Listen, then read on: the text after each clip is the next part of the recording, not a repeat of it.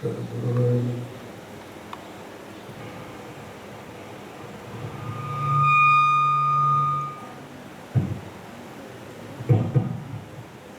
दत्तात्रेय हरे कृष्ण उन्मत्तानंददायक दिगंबर मुने बाल पिशाच ज्ञान सागर अज्ञान तिमिरांधस्य ज्ञानांजन शलाकया चक्षुरुन्मिलितं येन तस्मै श्री गुरवे नमः।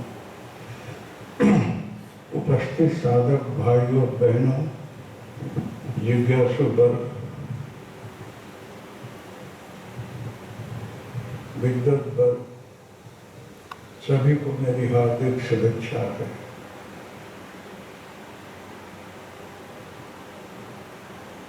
पहली बात तो ये स्थूल शरीर जो है मैं नहीं हूँ, अंदर बैठा हुआ मैं हूँ। मैं 24 घंटे स्वस्थ रहता हूँ। ये गाड़ी का अलाइनमेंट बिगड़ जाए तो गैरेज में देना पड़ता है कि हवा पानी चेक करके ठीक करे फिर गाड़ी चलती है। इसलिए ये गाड़ी जो है मेरी अभी ठीक चल रही है। इसका हवा पानी सब चेक करा लिया। और आप लोग के पास कोई गाड़ी हो तो उसको आप लोग चेक कराते हो, पुरानी हो तो बदल देते हो, लेकिन मेरी गाड़ी बदलनी नहीं है, स्टेशन पर पहुंच चुकी है। अब दूसरी गाड़ी हमको चाहिए नहीं, इसलिए इस गाड़ी को अभी ठीक रखा है कि जब तक कहीं जरूरत पड़े वहां तक चलती है। ये अगर बिगड़ जाएगी तो फिर मेरा इच्छा दूसरी गाड़ी नहीं लेनी है। इसलिए आप लोगों की शुभेच्छा मेरे साथ में है।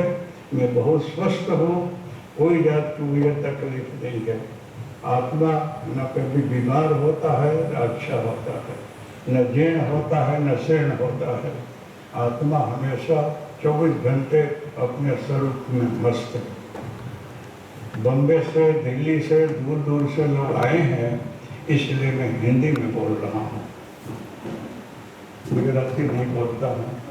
हमारे गुजराती भाई लोग हिंदी नहीं समझते हैं, इसलिए संक्षेप में मैं बोल रहा हूँ। कुछ लोगों का कुछ लेटर के रूप में पत्र भी आता है, कुछ प्रश्न होता है। सभी प्रश्नों का अलग अलग जवाब नहीं दिया जा सकता। आज शरद पूनम के दिन,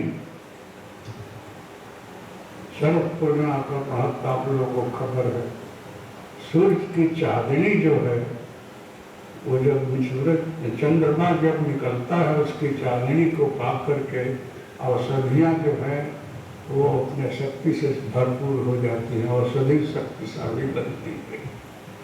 शरद पूर्णिमा के दिन लोग बोलते हैं उसके किरण में अमृत होता है, एक शक्ति होती है, एक अच्छा प्रेम होता है, इसलिए वनस्पतियाँ बहुत स्वस्थ हो जाती हैं। रावण जो है शरद पूर्णिमा के दिन बराबर 12 बजे रात में बैठ करके और अपने सीने पर चंद्रमा का किरण लेता रहा, जिससे कि उसके नाभि के अंदर जो अमृत है वो बिल्कुल भरपूर रहे। सिंधु जो है दरिया पूनम के दिन उछलता है बड़ी खुशी से चंद्रमा से मिलने के लिए। पूर्णिमा के दिन अच्छे सिद्ध संत महापुरुष अपने साधना में बहुत मस्त रहते हैं। एक महाराज यहाँ आए रहा तो मैंने बोला पूर्णिमा के दिन अमृत वृष्टि होती है, उसने लिखा है कि दूध न पौआ न खीर बनाकर अगर चांदनी रात में रखा जाए और उसको खाया जाए तो उससे स्वस्थता प्राप्त होती है।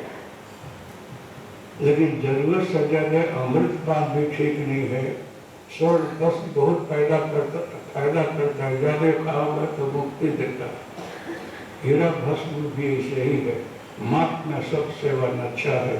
एक महाराज यहाँ है, वो सोचे कि अमृत वर्षा होगी तो मैं बिल्कुल अमर हो जाऊँ, अच्छा हो जाऊँ। तो सारी रात मुँह खोल करके चांदनी रात में सोया, तो झाकर बहुत पड़ा, उसमें बीमार हो गया तो उसको दवा खानी पड़ी। मेरे को आपने बोला रहा चांदी रात में अमृत वृष्टि होती है, मैंने ये नहीं बोला रहा कि आखिर रात सो तेरे मुख में अमृत पड़े अमर हो जाओगे, बीमार पड़ गया। इसलिए दरेक वस्तु की मर्यादा होती है, माप में सब कुछ ठीक है। एक बात आपको ये कहना चाहता हूँ,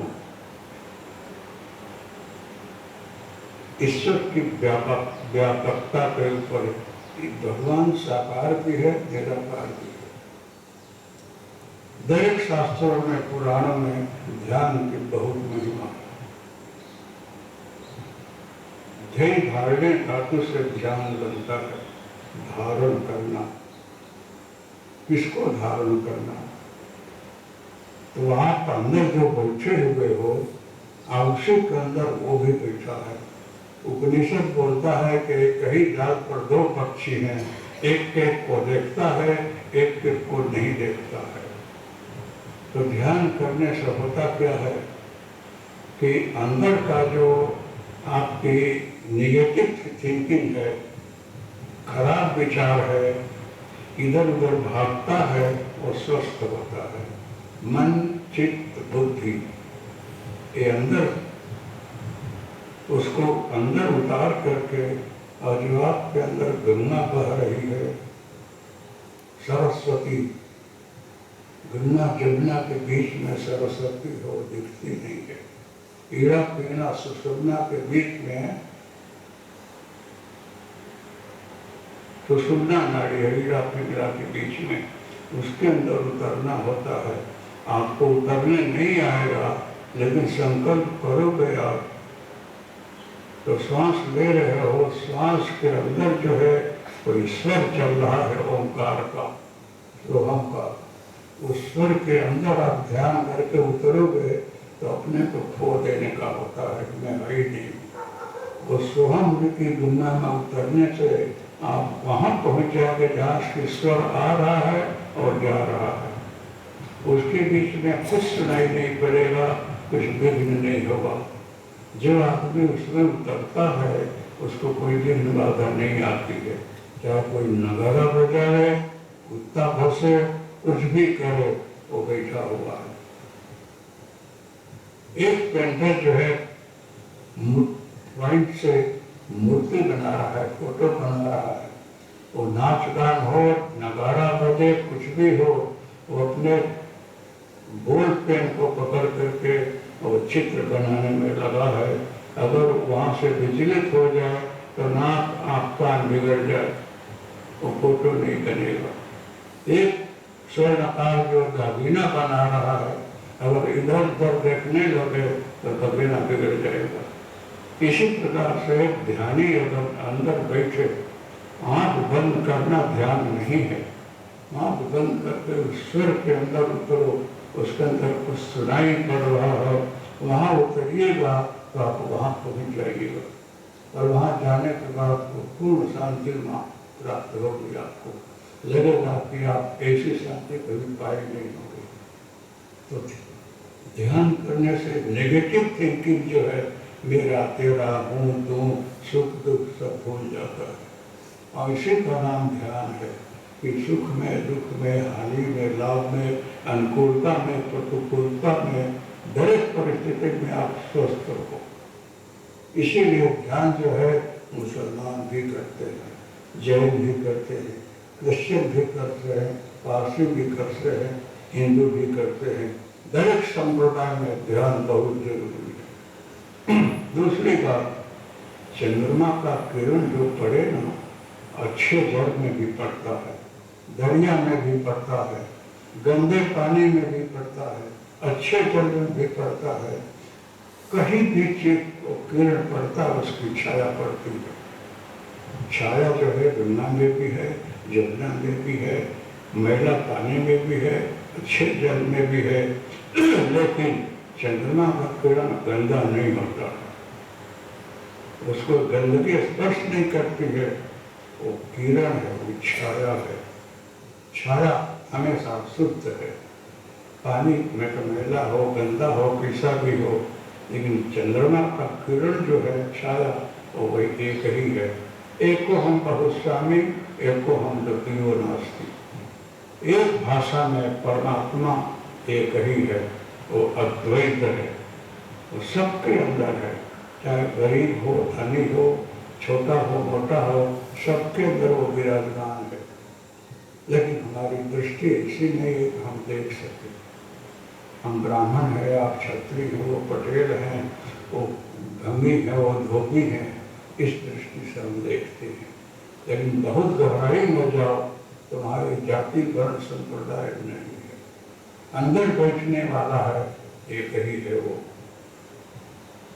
कहीं न कहीं ट्रांसफर होते रहता है। यहाँ जन्म लिए, कहीं कहीं जन्म लिया, एक ही जगह हमेशा आए जरूरी नहीं है। क्यों कि आपको मरने नहीं आता है, मरने तो योगियों को आता है। आप लोग तो ट्रांसफर होते हो, हम जो ट्रांसफर होते हैं, हम लोग को मरने योगियों को आता है। एक बार मरा तो फिर जिंदा क्या हुआ? जिंदा का मतलब आज यहाँ, कल वहाँ, परसों वहाँ। वासांसितोन्यासा विहायो नवा निकरणाते नरो पराणी, गीता है। एक ही जन्म में जो मुक्त हो गया वही महान आत्मा है। इसलिए एक ही जन्म में मुक्त होने के लिए आपको और सबको अपने में स्थिति में आना होगा। कर्ता एक परमात्मा है, उसकी इच्छा बगैर पत्थर नहीं हिलता है, हर जगह वही व्याप्त है। लेकिन मैं करता हूँ, आप करते हो, ये मानने से आपका खाता खुला हुआ है, अच्छा और बुरा जमा होता है। आप पाप भी करते हो, पुण्य भी करते हो, लेकिन ये जो ज्ञान की भाषा है वहाँ न पाप है न पुण्य है, वहाँ मुक्ति है। सज्जन कसाई कतल खाले में कत्ल करता रहा, वो मुक्त हो गया। क्यों? वो बोलता है कि मैं कुछ करता ही नहीं हूँ, मेरी सरकार हमको जो काम सौंपी है वफादारी से कर रहा हूँ। आत्मा मरता नहीं है, आत्मा की मुक्ति होती है। आत्मा यहाँ से वहाँ जाता, वो मरती नहीं है। लेकिन मेरे जो काम सौंपा गया मैं कर रहा हूँ। एक जल्लाद किसी को फांसी देता है, उसको पाप नहीं लगता है। कब वो लगे कि मैं नहीं कर रहा हूँ, मालिक बोलता हो किया जा रहा हो, हमारा क्या? करने वाला वो है, मैं मात्र निमित्त हूँ, मैं कुछ नहीं करता हूँ। ये भाव आपका अंदर है तो आप जिंदगी से मुक्त हो, आपको कोई बंधन नहीं है। ये जनक राजा और अष्टावक्र के वार्ता में भी है, नक्षत्राज जनकेता के वार्ता में है, गीता में भी है। लेकिन ये बहुत कठिन है कि मैं नहीं हूँ। हर जगह मेरा नाम होना चाहिए, मेरी ख्याति होनी चाहिए, मेरी प्रशंसा होनी चाहिए। अगर ये होगा तो आपका आगे बकर भी आपके साथ में रहेगा। जहाँ आप साक्षी और दृष्टा बनोगे वहाँ कोई भेदभाव नहीं है। रामायण में भी ऐसे ही है कि साधक सिद्ध विमुक्त उदासी कभी कोविद कृतज्ञ सन्यासी। चाहे सन्यासी हो, साधक हो, साधु हो, विरक्त हो, योगी हो, योगी सूरज तापस, कोई तपस्वी हो, कोई भी हो, अपने प्रभु राम के भजे बगैर उसको मुक्ति नहीं मिलती है। राम का मतलब है परमात्मा जो अखंड व्याप्त है, सबकर परम प्रकाशक जोई, राम अनादि अवधपति सोई, जो हर जगह व्याप्त है, अणु अणु में रम रहा है, वही राम है। वो खाली धनुषधारी राम को नहीं समझना, वो तो परमात्मा का अवतार अलग अलग स्वरूप में होता है। वो शुक्र बना है, वराह बना है, नरसिंह बना है, कृष्ण बना है, राम बना है वही एक। झगड़ा हम लोग के अज्ञानता में है। हम वैष्णव हैं, आप शैव हैं, वो उदासीन हैं, वो जैन हैं, वो स्वामी नारायण है। झगड़ा वहाँ है, आप कुछ नहीं हो। ये एक पाठशाला है पढ़ाने का कि प्रभु के दरबार में जाना कैसे।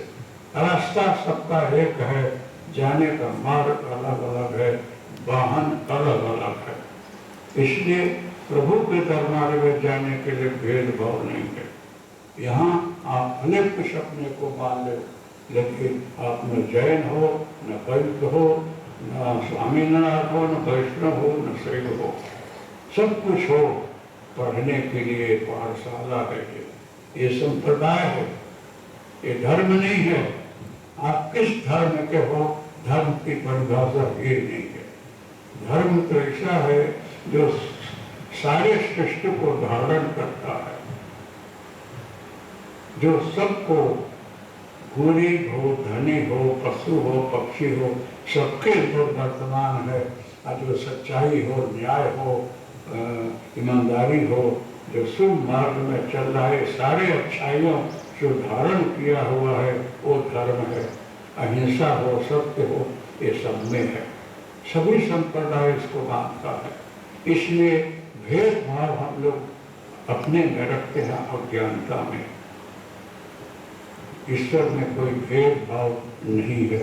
इसलिए झगड़ा और विवाद कहीं है ना, ये अज्ञानता का है। ये आप लोगों ने समझा रहा हूं। कथाकार जो है, कथाकार वो कथा करता है, लेकिन कहने का आकार जो है वो सही रहता है। कथा रामायण में भी है, या भरद्वाज, वरुण, वसुंधरा तो भी कथा किए हैं। कहने का जो तात्पर्य है, जथा है, वैसे ही सुनाना कि प्रभु क्या है। तो उसको समझाने के लिए कुछ हम अपने बुद्धि से इधर उधर करके कथा करते हैं। कथा जो अगर अंदर बैठ गई तो आपका कल्याण हो जाता है। इसीलिए जो कथाकार हैं बहुत मेहनत करते हैं कि भगवान राम क्या है, कृष्ण क्या है, हनुमान क्या है, महावीर क्या है, बुद्ध क्या है, आप समझो। वो समझा बुझा कर बेचारे करते हैं। कोई समझ जाते हैं, कोई नहीं समझते हैं। महावीर भगवान वही हैं और राम जी वही हैं, आप वही हो। कोई भेद नहीं है, लेकिन उनकी तपस्या, उनकी साधना वो भगवान तक पहुंचा दी।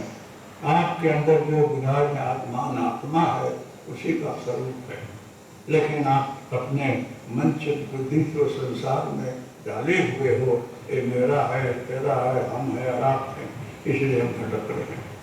जिस दिन आप गहराई में उतरोगे उस दिन आप मौन हो जाओगे। मौन में साधना की पूर्ण होती है। इतने भगवान है, वो हर जगह है।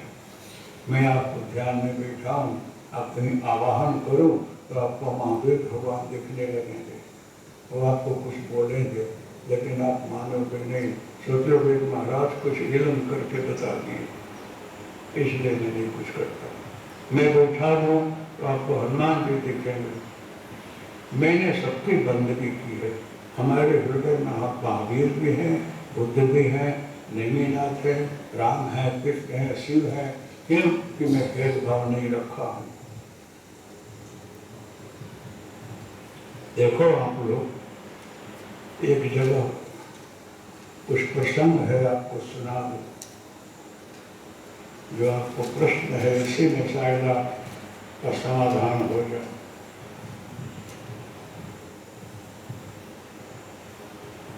जनक राजा जीवन मुक्त राजा रहे, राज करते रहे। किसी को फांसी दे, किसी को सजा दे, किसी को छोड़ दे। जो जैसा कर्म करे वो उसका फल आदेश करते रहे। लेकिन न्यायाधीश जो है उसके अंदर पंच परमात्मा होता है। और जब अपने आसन पर बैठता है तो भगवान का ध्यान करता है कि हमसे सच्चा न्याय दिलवाना, कहीं अन्याय न हो जाए। तो न्यायाधीश जो है उसके अंदर पांच परमात्मा होते हैं। वो सच्चाई, ईमानदारी, करुणा, त्याग, अहिंसा सब कुछ भरा होता है। इसलिए उसे अन्याय न हो तो परमात्मा का ध्यान करके वो न्याय करता है। न्यायाधीश हमेशा निष्पक्ष होता है, अभय होता है, निर्भय होता है और सच्चा होता है। न्यायाधीश किसके दबाव में नहीं आता है, कोई सोच सिफारिश का नहीं पहुंचती, प्रलोभन स्पर्श नहीं करता है। वो सच्चाई होगी, उसी के अनुसार न्याय करेगा इसलिए वो सच्चा न्यायाधीश है, उसके अंदर परमात्मा है। जहाँ प्रलोभन आ गया, दबान आ गया, प्रेशर आ गया, और न्याय ठीक नहीं होता है। इसलिए न्यायाधीश जो है ऐसा होना चाहिए। तो कथा का ऐसा होना चाहिए कि कोई सच्ची बात को आपके हृदय तक पहुंचाए। आप परमात्मा के स्वरूप को, आपके अंदर ही आपका इष्ट देव है, अंदर बैठा हुआ है, और करुणा, दया, धर्म, सत्य का स्वरूप है। तो किसी के प्रति अन्याय मत करना, किसी को कष्ट मत देने की कोशिश करना, किसी के साथ रागत द्वेष मत रखना, ईर्ष्या मत रखना, ये दुखदायी होता है। बन सके तो किसी का भला करो, भला ना कर सको तो किसी को दुखी नहीं करो। यही कथाकार और भगवान और सत्संग में कहा जाता है। अपने अवगुणों को छोड़ दो। मेरे से आपसे कोई विरोध नहीं है, लेकिन आपके अवगुणों से विरोध है कि दारू पीते हो तो छोड़ दो, गुटखा खाते हो तो छोड़ दो, नशा लेते हो तो छोड़ दो, असत्य बोलते हो तो छोड़ दो, सही मार्ग में चलो, आपका कल्याण होगा। दारू पीने से कोई बीमारी होती है, कैंसर होता है, व्याधि होती है, गुटखा तम्बाकू खाने से भी कैंसर होता है। तो मैं आपको अच्छी बात सिखाता हूँ, और मानोगे तो घर में शांति, आपका गाड़ी भी नहीं बिगड़ेगी आपकी, और स्वस्थ रहोगे, लंबे समय तक आप जियोगे। इसलिए हम बारम्बार एक बात को बोलते हैं, लेकिन कथा जो है आप सुनते हो, लेकिन कथा आप में बैठता नहीं। इधर सुनते हो, इधर निकल जाता है। 9 बजे अपने जगह पर पहुँचते हो, मित्र मंडल में बोतल जहाँ रखता है, और वहाँ अपने नशा में डूब जाते हो, सुनते नहीं हो। मैं क्या करूँ? हमारा काम है आपको समझाना, मानो तो ठीक है, नहीं कि आपकी मर्जी। तो कथाकार, कलाकार, पत्रकार, सरकार, विचारकार है, ये ठीक से चलो ना, तब गाड़ी चलती है। गाड़ी में चारों पहिया अच्छा होना चाहिए। तो कथाकार जो है वो सही हो, उपदेश ठीक दे, सबको समझाए, और वो निष्काम होना चाहिए। कथाकार जो है अपने हृदय से बोलता है, उसके आँख से कभी इष्ट देव का नाम लेकर के आंसू बह जाते हैं कि प्रभु ने क्या क्या किया है, राम ने क्या क्या किया, महावीर के अंदर करुणा कितनी रही, यीशु के अंदर दया कितनी रही, बुद्ध के अंदर समता कितनी रही। वो यादी करके आंख से आंसू आते हैं कि प्रभु वही गुण हमारे अंदर भी आवे और सबके अंदर व्याप्त हो। इसलिए कथाकार अंदर से भीना होकर के, डूब करके आपको कुछ सुनाता है कि आपके हृदय तक को बात पहुँचे, आप वैसे ही बनो। महावीर भगवान, कि बुद्ध भगवान, कि राम, के कृष्ण कहीं झगड़ा करने के लिए नहीं बोले हैं, ईर्ष्या करने को नहीं बोले हैं। और भगवान जो है एक ही दागिना है, सोना एक है।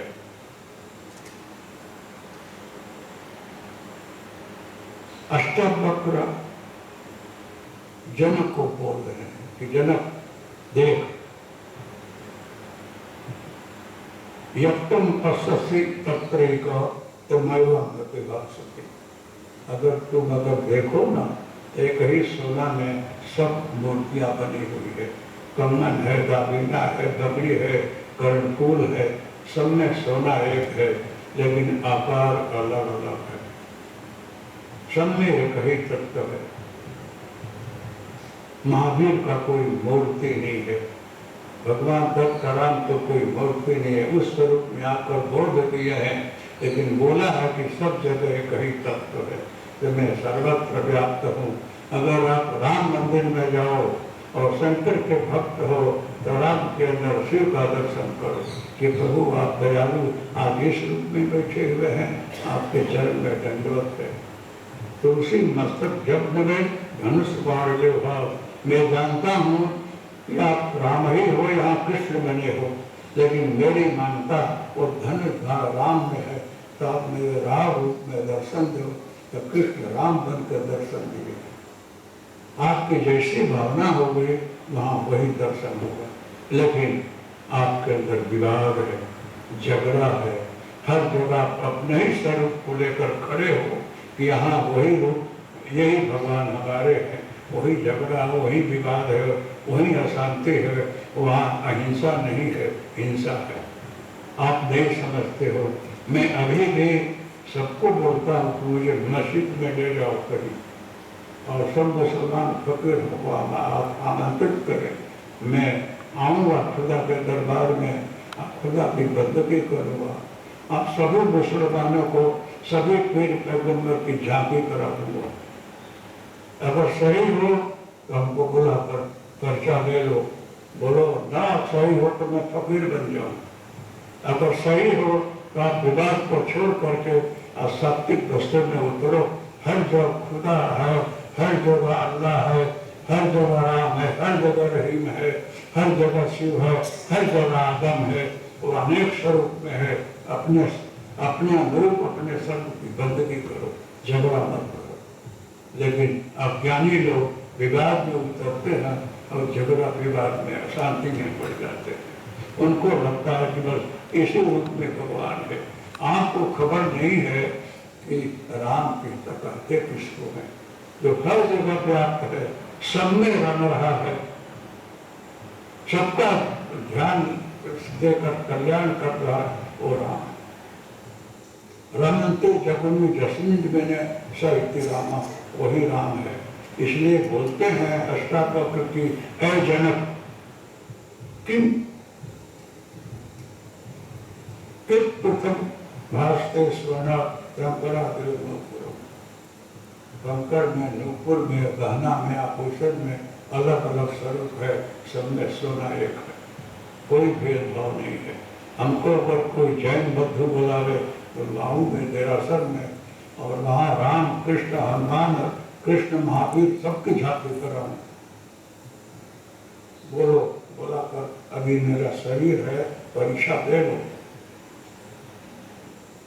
अगर मैं सही बंदगी करता हूँ तो आप ले जाओ पालिताना मुझे, और वहाँ शिव और राम कृष्ण महावीर बुद्ध और चक्रसी पद्मावती दुर्गा सबकी झांकी कराऊं। अगर मैं सही बोलता हूँ तो कल से वहाँ राम लक्ष्मण सीता जानकी की मूर्ति रखो।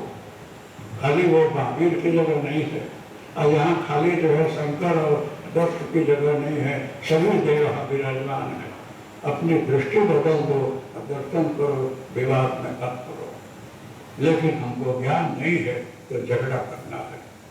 ज्ञान है वहाँ विवाद नहीं है, वहाँ समता है, समता में शांति है। समझिए आपकी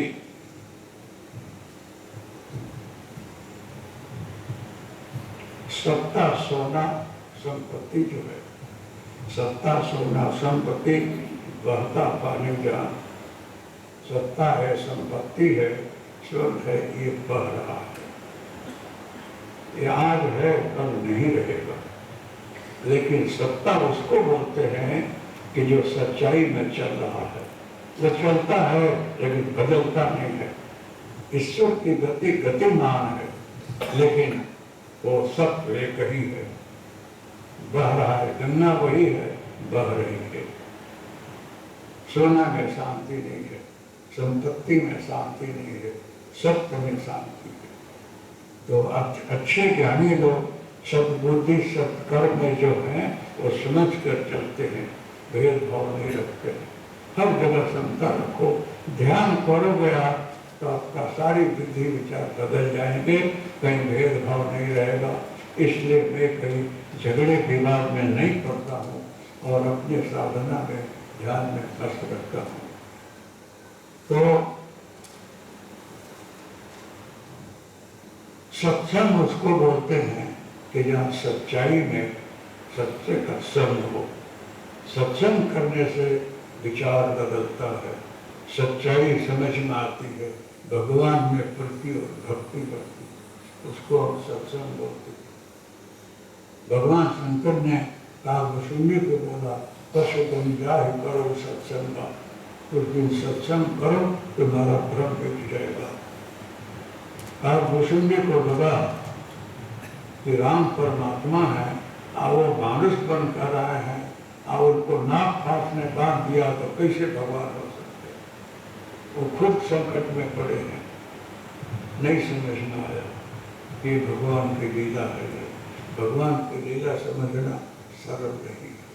हनुमान जी समझा रहे हैं, नारद जी समझा रहे हैं, फिर भी वर्ण जी को समझ में नहीं आया कि जो हमारे पेट पर बैठता है वो संकट कैसे आ जाएगा। नहीं समझ में आया।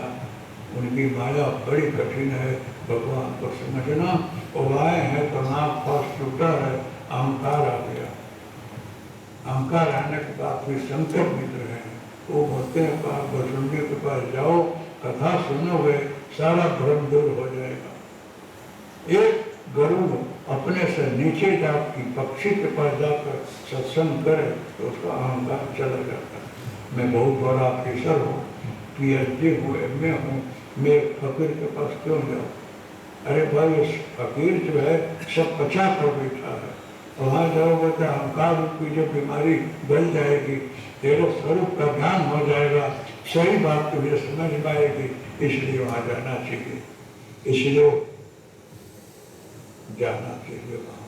कलाकार भगवान राम कृष्ण शिव जिसका पर उसकी मूर्ति बनाता है, तन्मय होकर बनाता है, डूब जाता है उसमें, वही सच्चा कलाकार है। जो उसमें डूबा हुआ हो तो संत साधु जितने भजन आनंदी हो उनको हम कलाकार बोलते हैं। फिर भगवान में डूबा हुआ 24 घंटे जैसा बोलो, जिसको बोलो वो मूर्ति बना दो। आप जैसा बोलो ऐसा आकार कर दे, इसीलिए वो कलाकार है। पत्रकार की बखान नहीं करता हूँ, वो सही है। पत्रकार उसको बोलते हैं कि जो सही बात को प्रकट कर दे, सबकी आंख खोल देता है कि कहाँ सही है कहाँ गलत है। उसीलिए पत्रकार की भी बहुत बड़ी महिमा है, समझे आप लोग। इसलिए वो भी महान है। अगर गलत छापने लग जाए, पत्रकारित खलास हो जाता है। सही बात को छापना गुनाह नहीं है, किसी को अच्छा लगे कि बुरा लगे, सही बना बता देते हैं। ऐसी ना सही बात सरकार है, विचारकार है। सरकार जो है वो सरकार उसको बोलते हैं कि सही रास्ते से चले, सर के। जगत किसको बोलते हैं? जो गतिशील हो।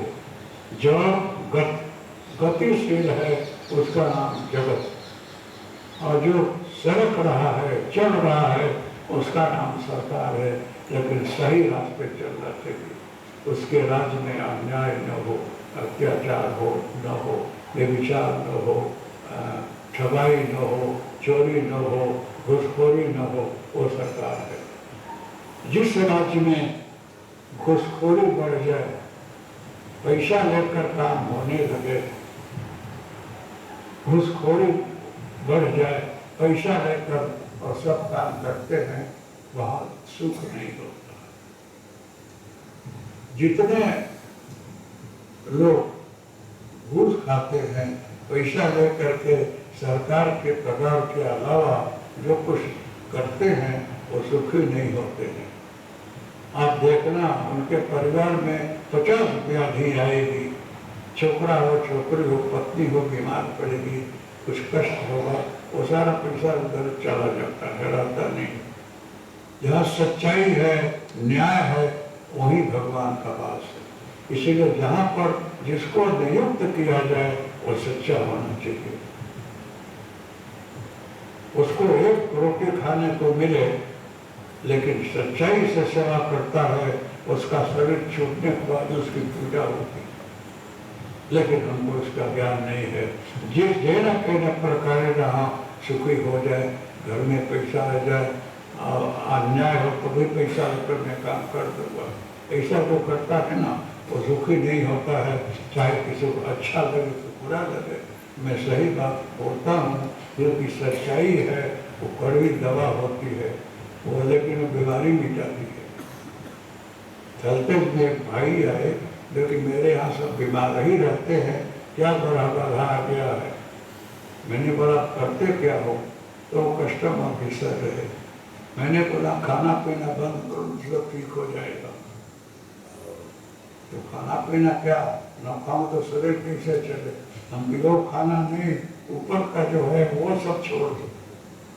तो बोलता रहा कि रोजे दवा खाना और डॉक्टर खड़ा रहता है।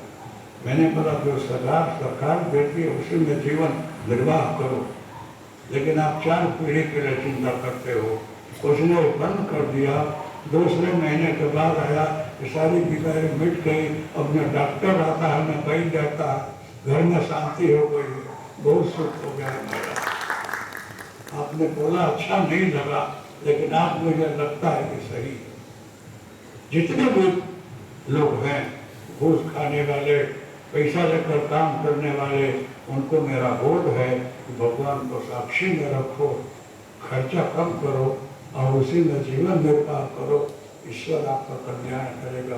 क्यों कि आप भगवान के प्रतिनिधि बन करके आ रहे हो, जगत के भले और कल्याण के लिए एक सरकार बनकर आए हो। आपके प्रति लोगों का भाव है, लेकिन आप समझो तो आपका इसमें कल्याण होगा, नहीं समझो तो आपकी इच्छा। 3 पीढ़ी से ज्यादा नहीं चलता है। तीसरी पीढ़ी के बाद देखोगे तो सफा होगा। अनेक बीमारी उपाधि से लोग फंसते हैं और मरते हैं, इसलिए ये अच्छा नहीं है। मेरी गाड़ी तो स्टेशन में पहुंची है, आज हूँ कल नहीं रहूँगा।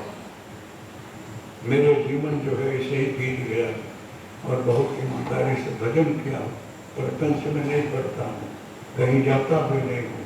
हमको प्रतिष्ठा का मोह नहीं है, वाहवाही का मोह नहीं है। भगवान के चरण में 24 घंटा मेरा मन लगा रहे, यही भिक्षा मांगता हूँ, यही प्रार्थना करता हूँ और अपने आए हुए भक्तों को बोलता हूँ कि उनके अंदर आप सद्बुद्धि, सद्विचार, करुणा, अहिंसा, दया प्रकट करे कि सब अच्छे मार्ग में चले। तो मैं अपना काम तो किए जा रहा हूँ और आप लोगों को भी बोलता हूँ कि जो कुछ कमाओ उसमें संतोष रखो और उसमें 5 पैसा तो किसी गरीब को खिलाओ, कहीं दान भी करो, पशु पक्षी को डालो, काकड़े कुत्ते को कुछ दो और अपना जीवन ठीक से निर्वाह करोगे। ये भारत सोने की चिड़िया बन जाएगी, जहाँ इस प्रकार का सत्य है, न्याय है, संतोष है, करुणा है, दया है, वहीं कृपा बरसती है। अगर सब लोग संतुष्ट हो जाए तो बात पूरी हो गई। एक बहुत बड़े देश की वर्षों यहाँ बैठे रहे लोग कहानी सुनाया कि राजा है और सब जगह विजय करते करते कहीं पहुंचा अफ्रीका जैसे जगह में, यहाँ सोने चांदी की खान है। तो उन लोगों ने राजा चढ़ाई किया है और दमन करेगा तो उसका सत्कार करे। तो हीरा सोने की थाली बनाया और उसमें खाना रहा। उस खाने में एक में सोना, एक में हीरा, एक में चांदी, एक में मोती, अच्छे ऐसा भूषण कर करके और सोने के गिलास में पानी रखा। महाराज प्रसाद पाओ और आनंद से जाओ। बोले ये खाने की वस्तु है। अगर सरकार खाने की वस्तु नहीं है तो तेरे हिंसा करके इतना बड़ा साम्राज्य पैदा करके क्या करोगे। खाना तो एक रोटी है और उसके लिए इतनी हिंसा, इतना अन्याय, इतना अत्याचार। अगर आप जाओ ना साथ में कुछ चले जाओ तो बहुत अच्छा है।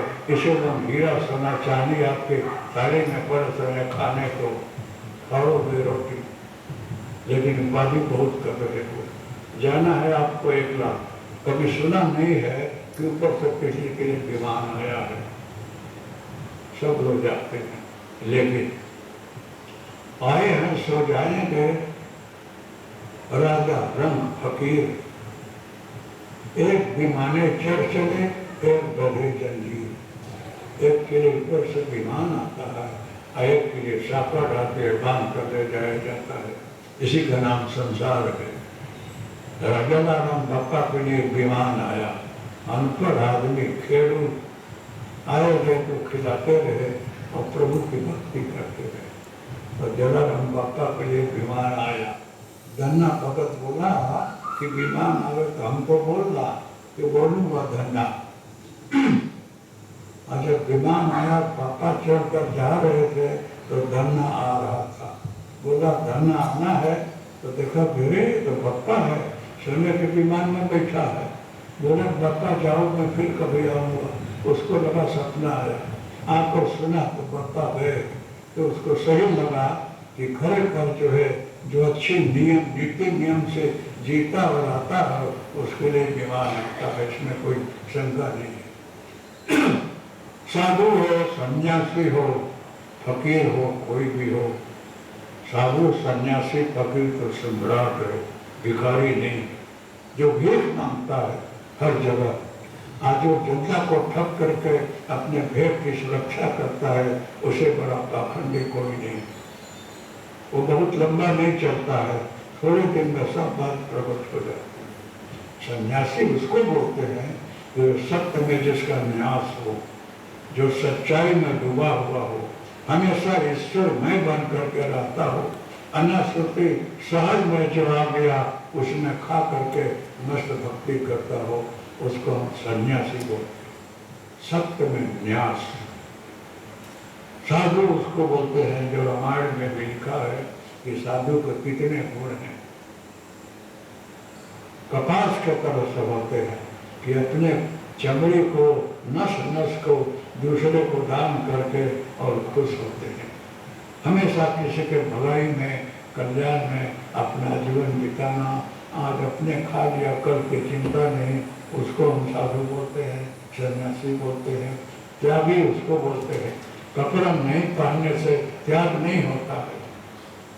महावीर भगवान त्यागी है, वो इतने ध्यान में मस्त रहे कि चलते चलते कपड़ा निकल गया, भान नहीं रहा और रूप स्थिति में शरीर छोड़े परमात्मा बन गए। इस प्रकार से आप भी रहो और उसी स्थिति में आप रहो, बालक बन करके, तो आप सन्यासी हो, त्यागी हो, दिगंबर हो।